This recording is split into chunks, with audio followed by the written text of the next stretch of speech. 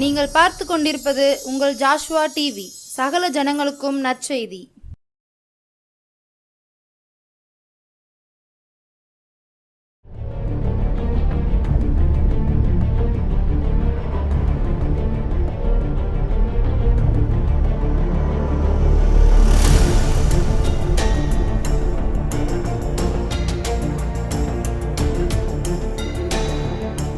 கர்த்தருடைய பரிசுத்த நாமத்துக்கு ஸ்தோத்திரம் உண்டாவதாக. மீண்டுமா உங்களை காண்பதில் மகிழ்ச்சி அடைகிறேன். இந்த நாளின் தியானத்திற்கு முன்பாகவும் நாம் தலைகளை தாழ்த்தி ஜெபம் பண்ணுவோம். உந்தன் சித்தம் போல் நடத்தும் கர்த்தாவே, நீ நித்தம் என்னை எந்தன் சித்தம் போல வேண்டாம் என் பிதாவே, என் யெகோவா, எந்தன் சித்தம் போல வேண்டா என் பிதாவே, என் யெகோவா. நன்றி தகப்பனே, உம்மை நன்றியோடு துதிக்கிறோம், ஸ்தோத்தரிக்கிறப்பா. உம்முடைய சித்தத்தின்படி செய்ய இதோ வருகிறேன் என்று சொல்லி பிதாவின் சித்தத்தை நிறைவேற்ற புறப்பட்டு உலகத்திற்கு வந்த அன்பு இரட்சகராம் இயேசு கிறிஸ்துவே, உம்மை நன்றியோடு துதிக்கிறோம், ஸ்தோத்தரிக்கிறப்பா. உம்மை போல வாழ, உம்மை போல ஜீவிக்க எங்களை நீர் தகுதிப்படுத்துங்க. இந்த நாளிலும் கூட தகப்பன அப்பா, நீர் எங்களுக்கு கற்றுத்தாங்க, கடைபிடிக்க உதவி செய்யுங்க. இயேசுவின் இன்ப நாமத்தில் ஜெபிக்கிறோம் நல்ல பிதாவே, ஆமேன். இந்த நாளிலும் நாம் தியானிக்கும்படி தெரிந்து கொண்ட வேத வசனம் மத்தேயு எழுதின சுவிசேஷம் 1வது அதிகாரம் 19வது வசனம் முதல் 21ஆம் வசனம் முடிய. மத்தேயு 1வது அதிகாரம் 19 முதல் 25வது வசனம் வரைக்குள்ள பகுதியை நம்ம தியானிக்க போகிறோம். இந்த பகுதியில் யோசேப்பை குறித்து, மரியாளுக்கு நியமிக்கப்பட்ட கணவனாகிய யோசேப்பை குறித்து நம்ம இந்த நாளில் தியானிக்க போகிறோம். நம்ம எல்லாரும் தியானித்த பகுதி தான், இருந்தாலும் மீண்டும் ஒரு முறை தேவ ஆவியானவர் நம்மோடு ஞாபகப்படுத்துகிற அவர் மூலம் கற்றுத்தருகிற காரியங்களை இந்த கிறிஸ்துமஸ் நாட்களில் நாம் புதுப்பித்துக் கொள்வோம், கடைபிடிக்க கர்த்தர் தாமே நம்ம ஒவ்வொருவருக்கும் கிருபை செய்வாராக.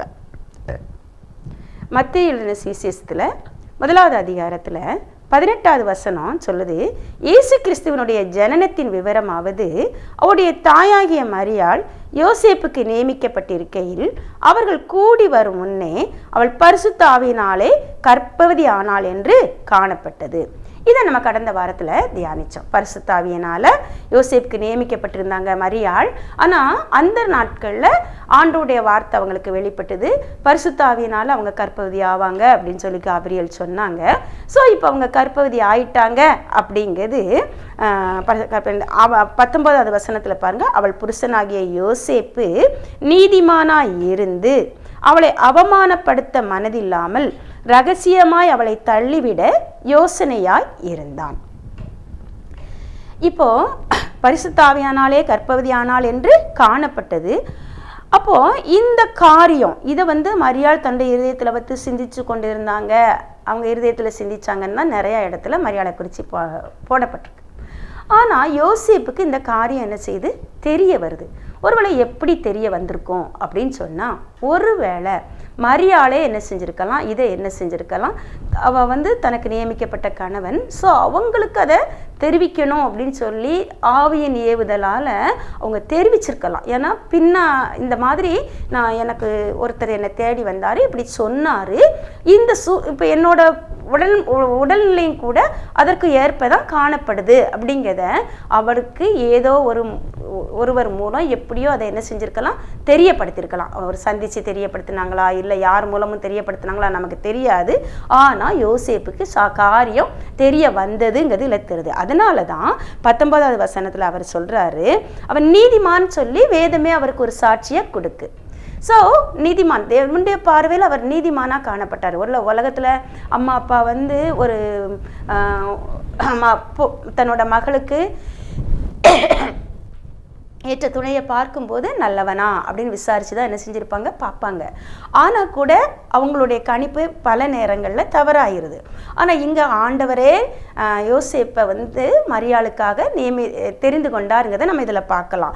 எப்படின்னா யோசேப்பை குறித்து நீதிமான்னு வேத வார்த்தை சொல்லுது. அவள் நீதிமானாக இருந்ததுனால அவளை அவமானப்படுத்த மனதில்லாமல், ஒருவேளை ஒரு கன்னி பெண் கர்ப்பவதி ஆகுனா அப்படின்னு சொன்னால் இஸ்ரவேலில் அது ஒரு பெரிய தீட்டு. அவளை என்ன செய்வாங்கன்னா கல்லெறிஞ்சு கொன்னுருவாங்க.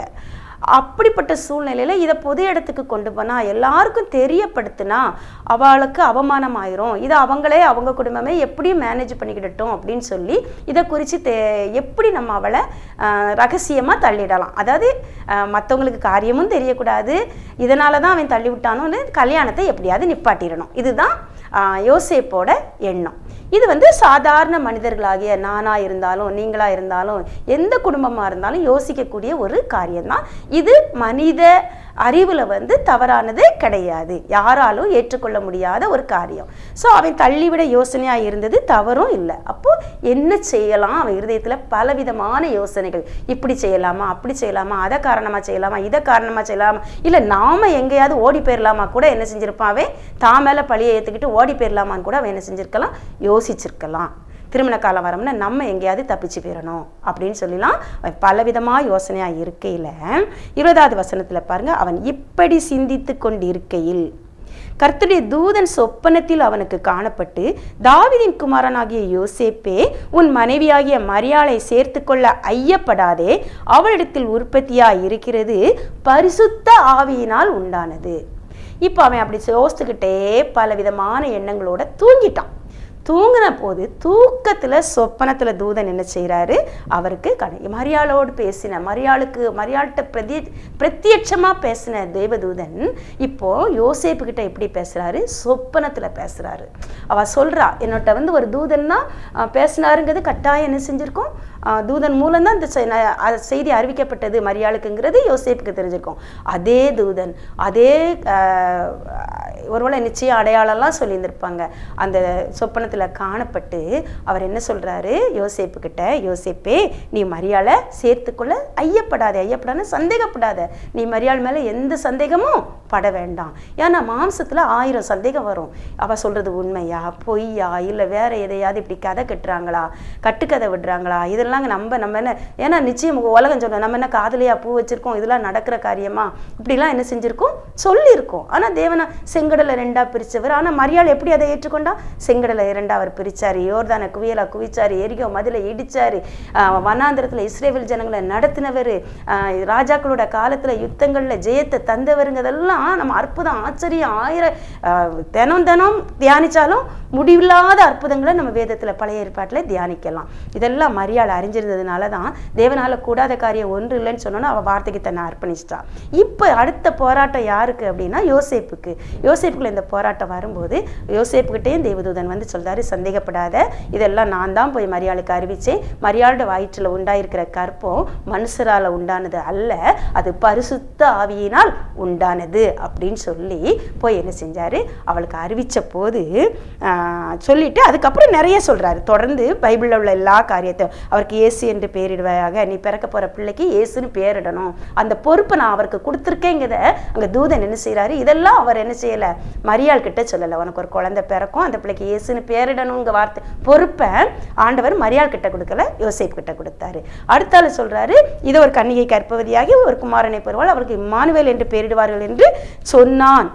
இம்மானுவேல் என்பது தேவன் என்று அர்த்தமாம். இது எல்லாத்தையும் பழைய ஏற்பாட்டில் உள்ள எல்லா தீர்க்க தரிசனங்களையும் ஆண்டவர் ஞாபகப்படுத்துறாரு. அவனுக்கு ஒரு பொறுப்பை அதாவது மரியாளை இயேசுவை சுமந்து இந்த உலகத்துக்கு அழிக்க நான் தெரிந்து கொண்டேன். ஒரு கன்னியோட கற்பை எனக்கு தேவை, ஆனால் அந்த இயேசுவானவரை வளர்த்து ஆளாக்க எனக்கு ஒரு பாத்திரம் தேவை, அதுதான் நீ அப்படிங்கிறத, அதுக்கு ஏற்ற நீதிமானா நான் உன்னை கண்டேங்கிறத யோசேப்புட்ட போய் ஆண்டவர் சொன்ன உடனே அந்த வார்த்தைக்கு தன்னை அவன் என்ன செஞ்சிட்டான், அப்படியே அர்ப்பணிச்சிட்டான். பாருங்க, காலையில் 24வது வசனம், யோசேப்பு நித்திரை தெளிந்து எழுந்து கர்த்தருடைய தூதன் தனக்கு கட்டளையிட்டபடியே தன் மனைவியை சேர்த்து கொண்டு. இப்போ பாருங்க, அவன் நீதிமானாக இருந்தான். இன்னைக்கு நம்ம நிறைய பேர் நாங்கள் விசுவாசத்தினால நம்ம நீதிமானாக்கப்பட்டுட்டோம், விசுவாசிக்கிறோம். இலவசமாக நம்ம நீதிமானாக்கப்பட்டுட்டோம், விசுவாசிக்கிறோம். கிருபையினால விசுவாசத்தை கொண்டு ரட்சிக்கப்பட்டோம், விசுவாசிக்கிறோம்.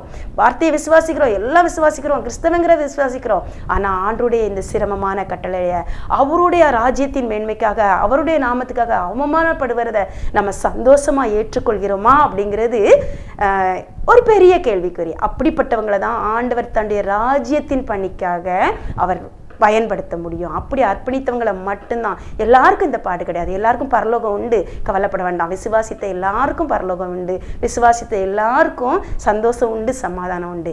ஆனால் யார் தன்னை அர்ப்பணிக்காங்களோ, யார் அவருடைய ராஜ்யத்தின் மேன்மைக்காக அவருடைய பொறுப்பை, அவருடைய நுகத்தை தான் மேலே ஏற்றுக்கொள்ள தன்னை அர்ப்பணிக்கிறாங்களோ அவங்க மேலே தான் அவங்கள தான் ஆண்டவர் தன்னுடைய பாடுகளுக்கு பங்காளிகள் ஆகிறவங்களா தெரிந்து கொண்டிருக்கிறார். எல்லா பாத்திரத்துக்கும் அது வராது. அது போல இந்த மரியாதை தெரிந்து கொண்டார், இந்த யோசேப்பை தெரிந்து கொண்டார். இருவரையும் இயேசுவானவரை இந்த உலகம் பூரா கொண்டாட, உலகம் முழுவதுக்கும் ரட்சிப்பை கொடுக்க அவர் வந்தார்.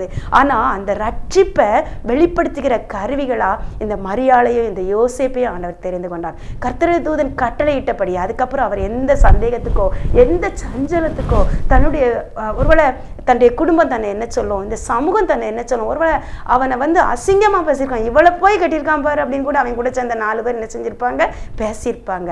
ஆனால் அதை எல்லாத்தையும் அவன் தூர தள்ளிட்டு அவன் என்ன செஞ்சுட்டான், ஆண்டுடைய வார்த்தையை முக்கியம். கர்த்தருடைய தூதன் தனக்கு கட்டளையிட்டபடியே அவளை சேர்த்து கொண்டான் அப்படின்னு சொல்லி பார்க்குறோம். பாருங்க, முதலாவது அவன் ஆண்டவருக்கு கீழ்ப்படுகிற மகனா, ஆண்டுடைய வார்த்தைக்கு கீழ்ப்படுகிற மகனா இருந்தான்.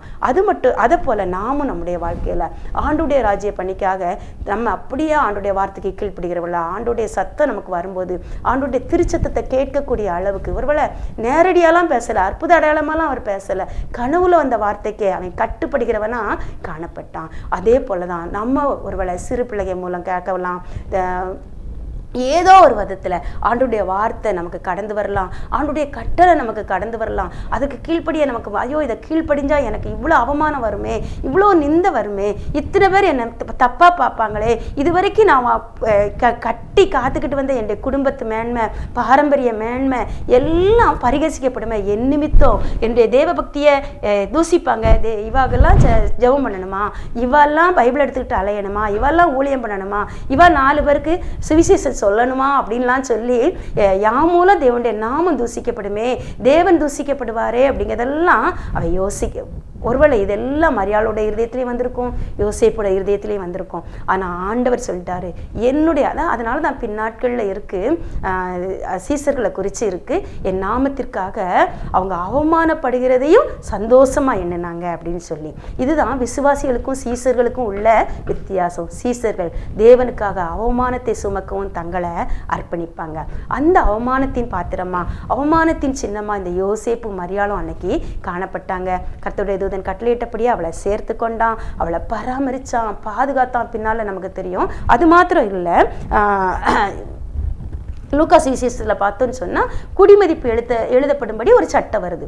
அந்த சட்டத்துக்காக அந்த நேரம் கரெக்டாக இந்த மரியாள் கர்ப்பவதியாக இருக்கா, நிறைய மாத கர்ப்பிணியாக ஆக போன அந்த நாட்களில் ராயன் ஒரு சட்டம் போடுறாரு, நீ போய் என்ன பண்ணணும், அகஸ்து ராயனுடைய சட்டத்தின்படி நீங்கள் குடிமதிப்பு எழுத அவரவர் சொந்த ஊருக்கு போகணும். இப்போ நேசரியத்தில் இருந்து இவங்க எங்கே போக வேண்டியிருக்கு அப்படின்னா பெத்லேகேம் போக வேண்டியிருக்கு. அந்த இஸ்ரேல் பட்டணத்தை பார்த்தோம்னா அது மலையும் பள்ளத்தாக்கும் உள்ள இடம். அப்போது இப்போ நம்ம ஊரில் நம்ம எடுத்துக்கிடுவோமே, ஒரு காரியம், ஒரு பொம்பளை பிள்ளையை கொண்டு அம்மா வீட்டில் விட்டுட்டு இவங்க என்ன செஞ்சிருவாங்க, ஈஸியாக வண்டி எடுத்துட்டோம், ஜென்ட்ஸ் நாங்கள் தனியாக போனால் ஃப்ரீயாக போயிட்டு வந்துடலாம்னு என்ன செஞ்சிருவாங்க, போயிடுவாங்க.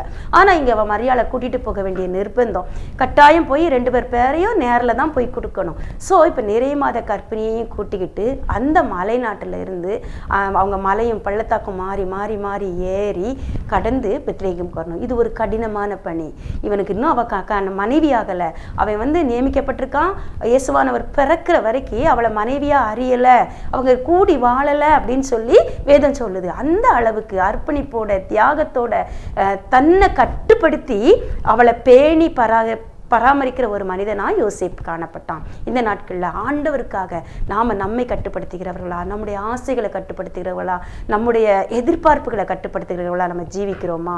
அதோட துன்பத்தை தாங்கி கொண்டு இயேசுவுக்காக, கிறிஸ்துவுக்காக ஒருவேளை அவன் மரியாதை பராமரிச்சான். கிறிஸ்து வெளிப்படணுங்கிறது அங்கே நோக்கம். கிறிஸ்துவானவரை இந்த உலகத்துக்கு கொண்டு வரணுங்கிறது தான் நோக்கம். ஸோ நம்ம மூலம் கிறிஸ்து வெளிப்படணும், நம்முடைய வாழ்க்கையின் மூலம் கிறிஸ்து வெளிப்படணும், நம்முடைய அண்டை அயலார் மூலம் கிறிஸ்து வெளிப்படணும். அப்படிங்கிறதுனால நம்ம அந்த கிறிஸ்துவுக்காக பாடுகளை ஏற்றுக்கொள்கிறவர்களா, தியாகமாக அர்ப்பணிக்கிறவர்களா நம்ம காணப்படுகிறோமா இல்லையாங்கிறது இந்த நாள் நாம சிந்திப்போம். பாருங்க, அவன் அத்தனை பாடுகளை ஏற்றுக்கொண்டு பெத்லேஹேமுக்கு வந்தான். குடிமதிப்பு எழுதப்பட்டுச்சு. இதுக்கு இன்னொரு காரணம் என்ன அப்படின்னு சொன்னா, பெத்லேஹேம்ல தான் ஆண்டவர் பிறக்கணுங்கிறது முன்னாடியே தீர்க்க தரிசனம் இருக்கு, மீகா புத்தகத்துல இருக்கு, மீகா தீர்க்க தரிசி புத்தகத்துல. ஸோ அந்த தீர்க்க தரிசனம் நிறைவேறும்படி இன்னும் பார்த்தோன்னு சொன்னா, அவரை இந்த யோசேப்புக்கு இந்த ஒரு பாடு மட்டும் இல்லை, அந்த பிள்ளை பிறந்துடுச்சு. பெத்லேஹேம்ல பிறந்து இருக்கும்போது பிள்ளைய கொலை செய்ய ஏரோது ராஜா தேடுறாரு. இப்போ பிள்ளையை தூக்கிக்கிட்டு எகிப்துக்கு ஓட வேண்டியிருக்கு. ஸோ எகிப்துக்கு அவர் ஓடினாரு. பிறகு எகிப்துல இருந்து மறுபடி நீ என்ன செய்யி, அந்த ஏரோது இறந்து போயிட்டாரு, நீ இப்போ பிள்ளையை தூக்கிக்கிட்டு நாசரேத்துக்கு வாங்கின அவர் வந்து நாசரேத்தூரில் வாசம் பண்ணார். இத்தனை அலைச்சல் அவருக்கு. கைப்பிள்ளையோட தாயையும் கூட்டிக் கொண்டு எந்த விதமான வாகன வசதிகளோ எதுவோ இல்லாத நாட்களில் ஒருவேளை அந்த இஸ்ரேல்லேருந்து எகிப்து வரைக்கும் உள்ள அந்த வழிப்பிரயாணத்தை பார்த்தீங்க அப்படின்னா, நம்மால் ஒரு நாள் 1 மணி நேரம் கூட அந்த பகுதியில் நம்மளை வாழவும் முடியாது, வழிப்பிரயாணம் செய்யவும் முடியாது. அப்படிப்பட்ட ஒரு மோசமான ஒரு பாலைவனமா, வனாந்திரமா, முள்செடி கூட இல்லாத ஒரு வனாந்திரமா என்ன செய்து காணப்படுது. அந்த வனாந்திரத்தில் அவரோட பிரயாணத்தை பண்ணி அந்த இயேசுவானவர் அவர் பத்திரமா பாதுகாத்து என்ன செஞ்சாரு, இந்த உலகத்துக்கு அவரை வளர்த்து ஆளாக்குனாரு தியாகமா. இதுக்கெல்லாம் பாருங்க, இன்னொன்று அந்த குடிமதிப்பு எழுதும்படி சட்டம் வந்தது வந்து ராஜாவோட சட்டம், அரச சட்டம். அந்த அரசு சட்டத்துக்கும் அவர் கீழ்ப்படிந்தவராக காணப்பட்டார். ஸோ ஒரு நீதிமான் அப்படிங்கிறது கடவுளுக்கு கீழ்ப்படியணும், பெரியவங்களுக்கு கீழ்ப்படியணும், பெரியவரை மற்றவங்களை மதிக்கணும், அதே நேரத்தில் அரசு சட்டத்தை மதித்து கீழ்ப்படியக்கூடியவராக காணப்பட்டார். எந்த சூழ்நிலையில் எல்லா நேரமும் இந்த நடத்துதல் வந்து அவருக்கு சொப்பனத்தில் தான் வந்துச்சு. சொப்பனத்தில் தேவதூதன் காணப்பட்டு, சொப்பனத்தில் தேவதூதன் காணப்பட்டுன்னு தான் சொல்லப்பட்டிருக்கு. அத்தனைக்கு அவர் கீழ்ப்படிஞ்சு எகிப்துக்கு தூக்கிட்டு போனார். எகிப்திலிருந்து நாசரேத்துக்கு வந்தார். எல்லா இடத்துலையும் அந்த குழந்தை இயேசுவை அவர் காப்பாற்றி வளர்க்கிறவராக காணப்பட்டார். ஒருவேளை இந்த நாட்களில் இந்த உலகத்துக்கு நம்ம இயேசுவை அறிமுகப்படுத்துறதும் வெளிப்படுத்தி குழந்தை இயேசுவை அவங்களும் ஏற்றுக்கொண்டிருந்தாங்க. ஆனால் இன்னைக்கு பிரஜாதிகள் ஏற்றுக்கொண்டு அவங்க இருதயத்தில் இருக்க இயேசு எப்படிப்பட்டவராக இருப்பார்னா, குழந்தைய போல இருப்பார். அந்த குழந்தைய வளர்த்து ஆளாக்க வேண்டிய பொறுப்பு விசுவாசி எப்படி யோசேப்புக்கும் மரியாளுக்கும் இருந்துச்சோ அதே போல விசுவாசிகளாகிய நமக்கும் இருக்கு. ஆனால் அநேக நேரம் இன்னுக்கும் அந்த இயேசுவானவரை என்னைக்கு அவங்க ஏற்றுக்கொண்டாங்களோ அன்னைக்கு குழந்தை போல அவங்க உள்ளத்தில் இருக்க அந்த விசுவாசத்தை ஒழிச்சிட, இயேசு கிறிஸ்துவ விசுவாசத்தை ஒழிச்சிட இந்த உலகத்தில் சத்துரு பிசாசு கெர்ச்சிக்கிற சிங்கம் போல வகை தேடி சுற்றி தெரியுதான். அவங்களுக்கு இடத்துல கொண்டாந்து போடுதான். கிறிஸ்தவங்களை குறித்து, கிறிஸ்தவத்தை குறித்து தவறான அபிப்பிராயத்தை இன்னைக்கு உலகம் பூரா இயேசுவை ஏற்றுக்கொண்டுச்சு. அவங்க எல்லாருடைய உள்ளத்திலும் இயேசுவானவர் குழந்தையா இருக்காரு. ஆனா அந்த குழந்தையை கொல்லதுக்கு வகை தேடி ஏரோதின் ஆவியை இன்னைக்கு உலகம் பூரா சுத்தி வருது. விசுவாசிகளாக நாம் அந்த குழந்தையை காப்பாற்று, அந்த பிரஜாதிகளுடைய உள்ளத்துல குழந்தையா இருக்கிற அந்த இயேசுவை காப்பாற்றி வளர்த்து ஆளாக்கக்கூடிய கடமை விசுவாசிகளாகிய நம்ம ஒவ்வொருத்தருக்கும் இருக்கு. யோசேப்பை போல பாடுகளை ஏற்றுக்கொண்டு, யோசேப்பை போல தியாகம் பண்ணி, யோசேப்பை போல சந்தேகத்துக்கு இடம் விடாம, யோசேப்பை போல உலக கௌரவத்துக்கும் உலக கனத்துக்கும் உலக மேன்மைக்கும் இடம் விடாம அந்த மரியாதை அவர் எப்படி போற்றி பாதுகாத்து பராமரித்து குழந்தை இயேசுவுக்கு கஷ்டத்தை அனுபவிச்சாரோ அவர் வளர்த்து ஆளாக்க, அதே போல ஆண்டவருக்காக நம்ம கஷ்ட நஷ்டங்களை ஏற்றுக்கொண்டு இந்த உலகத்துக்கு அவரை வெளிப்படுத்த, அவரை ஆளாக்கி கொடுக்க, உலக மக்கள் மத்தியில் இன்னும் விசுவாசத்தை வளர்த்து அவங்களுக்குள்ள அவர் குமாரன் ஆயிட்டார்னா அவங்க ஆயிரங்களை பாதுகாக்க புறப்பட்டுருவாங்க.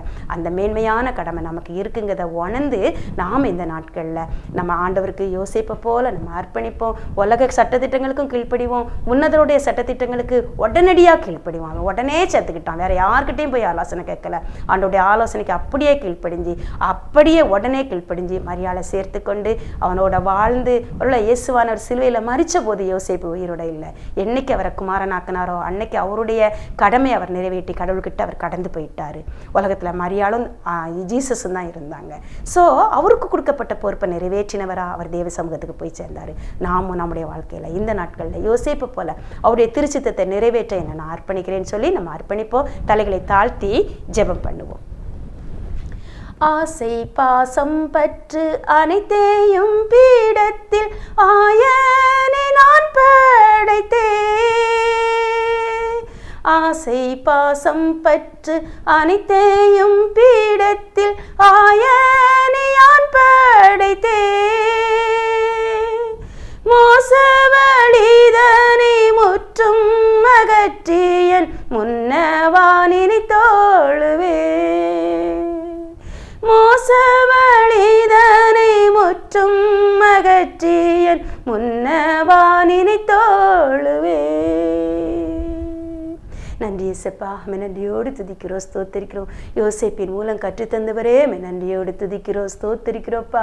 ஆண்டவரே, யோசேப்பை முன்னறிந்தவர், முன்குறித்தவர். ஆண்டவரே, என்ன நோக்கத்திற்காக யோசேப்பை இந்த உலகத்திற்கு நீர் அனுப்பினீரோ அந்த தெய்வீக நோக்கம் நிறைவேற நீர் அவரை வழிநடத்தினீர். மறுவாளுக்கு கணவனாய் நீர் அவனை தெரிந்து கொண்டீர்.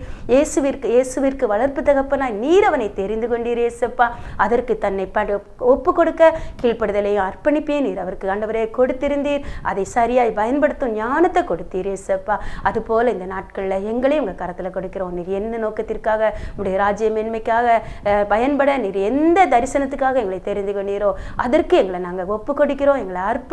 இயேசப்பா, இந்த கிறிஸ்மஸ் நாட்களில் எங்களை பரிபூரணமாக படைக்கிறோம். யோசேப்பை போல உம்மோடு ஒத்துழைக்க, உண்மை இந்த உலகத்துக்கு வெளிப்படுத்த, உண்மை ஆண்டவரே இந்த உலகத்தார் மத்தியில் வளர்த்து ஆண்டவரே அப்பா குமாரனாய் நிலைநிறுத்த கர்த்தர் எங்களுக்கு அனுகிரகம் தாங்க, வழி நடத்துங்க. இயேசுவின் இன்ப நாமத்தில் ஜெபிக்கிறோம் நல்ல பிதாவே.